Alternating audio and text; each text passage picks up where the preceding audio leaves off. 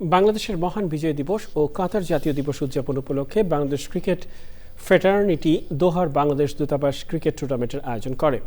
Bangladesh community কাতার এবং কাতার cricket অ্যাসোসিয়েশনের সহযোগিতায় প্রায় এক মাসব্যাপী ক্রিকেট টুর্নামেন্টে কুমিল্লা ইউনাইটেড, বৃহত্তর Noakhali express, Barishal bullets, Chattogram FC এই 4টি দল অংশ নেয়।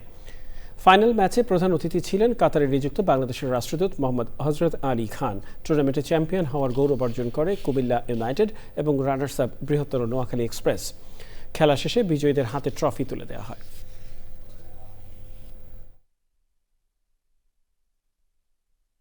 খুবই ভালো, কুমিল্লাও ভালো খেলছে, নোয়াখালীও ভালো খেলছে।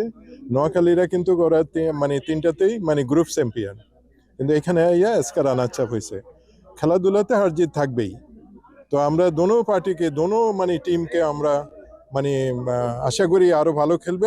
বিজিত এবং বিজয়ী দল উভয় দলই যখন ফাইনাল স্টেজ আসে প্রত্যেক দলই চমৎকার খেলে এবং তাদের যোগ্যতা বলে আসে। অলওয়েজ বিজিত দল একটা ভালো স্কোর করে এবং বিজয়ী দল সবসময় সবার মনোমন্দিরে থাকে।